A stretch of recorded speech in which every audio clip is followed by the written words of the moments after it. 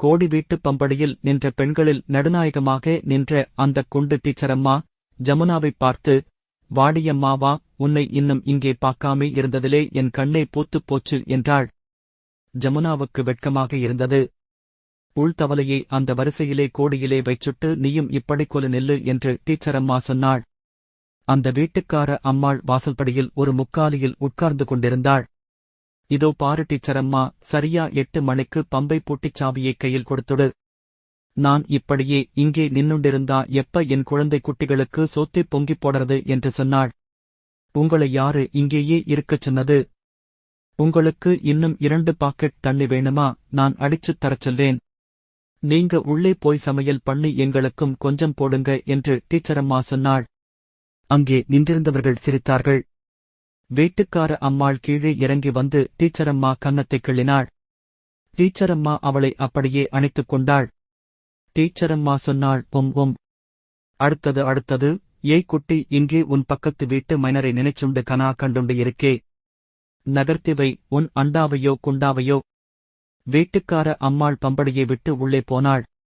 டீச்சரம்மா ஜமுனாவிடம், உன்னோடு வேலைக்குப் போற பொண்ணு இருக்காளே, அவ உனக்குப் பெரியவளா சின்னவளா என்று கேட்டாள். என் தங்கை என்று ஜமுனா சொன்னாள்.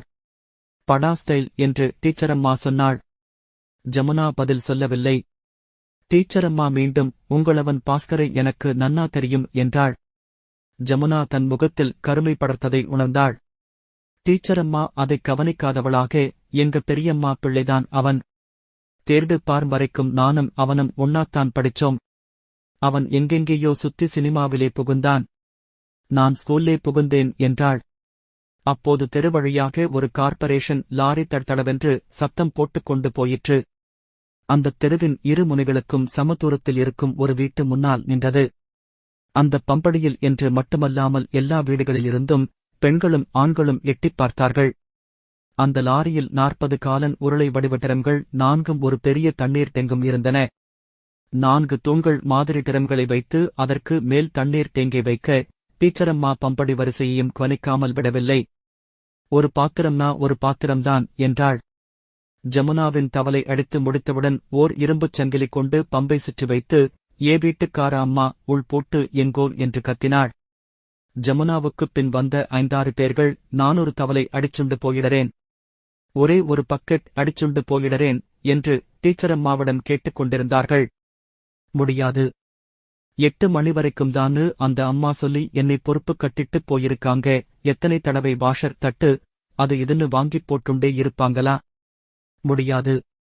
முடியவே முடியாது என்று டீச்சரம்மா ஒரு சிறு பையன் கொண்டு வந்த பூட்டைக் கொண்டு பம்பைப் பூட்டிவிட்டாள். ஒருவர், இவ என்ன சட்டாம்பிள்ளை பண்ணறது? வீட்டுச் சொந்தக்காரியா இவ என்று சொன்னார். என்னை கோச்சுக்காதீங்க மாமா, நீங்களே வீட்டுக்காரங்ககிட்டே கேட்டுக்குங்க என்று டீச்சரம்மா சொன்னாள். வீட்டுக்கார அம்மாள் வெளியே வரவே இல்லை. இரைச்சல் போட்டவர் அந்த வீட்டு உள்ளே போகத் தயங்கினவராக நின்றார். டீச்சரம்மா உள்ளே போய்ச் சாவியைக் கொடுத்து வந்தாள். அதற்குள் இரைச்சல் போட்டவர் போய்விட்டார். டீச்சரம்மா ஜமுனாவைப் பார்த்து, ஏன் நீ நிக்கரே என்று கேட்டாள். ஜமுனா பதில் சொல்வதற்கு முன்னால் அவள் புரிந்து கொண்டு தவலையை ஒரு கை கொடுத்து தூக்கி ஜமுனா இடுப்பில் பொருத்தி வைத்துக் கொள்ள உதவினாள். இரு நானும் வரேன் என்று சொல்லி அவளுடைய தண்ணீர் தவலையை தூக்கிக் கொண்டு ஜமுனாவுடன் நடந்தாள். உங்களுக்கு 10 மணிக்கு ஸ்கூலா என்று ஜமுனா கேட்டாள். 9:45. இனிமே போய் சோறு பொங்கி வீட்டிலே இருக்கிறவங்களுக்கு போட்டுட்டு நானும் 2 அள்ளிப் போட்டுண்டு கிளம்பணும். இந்த தண்ணிப்பாடு பெரும்பாடா போயெடுத்துடோள். ஜமுனா பதில் சொல்லாமல் கூட நடத்துக் கொண்டிருந்தாள். 4 ஆள்கள் தண்ணீர் தேங்கை அந்த இடத்தில் வைக்க ஏசுவாக கூச்சல் போட்டுக்கொண்டு தூக்கி நகர்த்தி பாடுபட்டுக் கொண்டிருந்தார்கள்.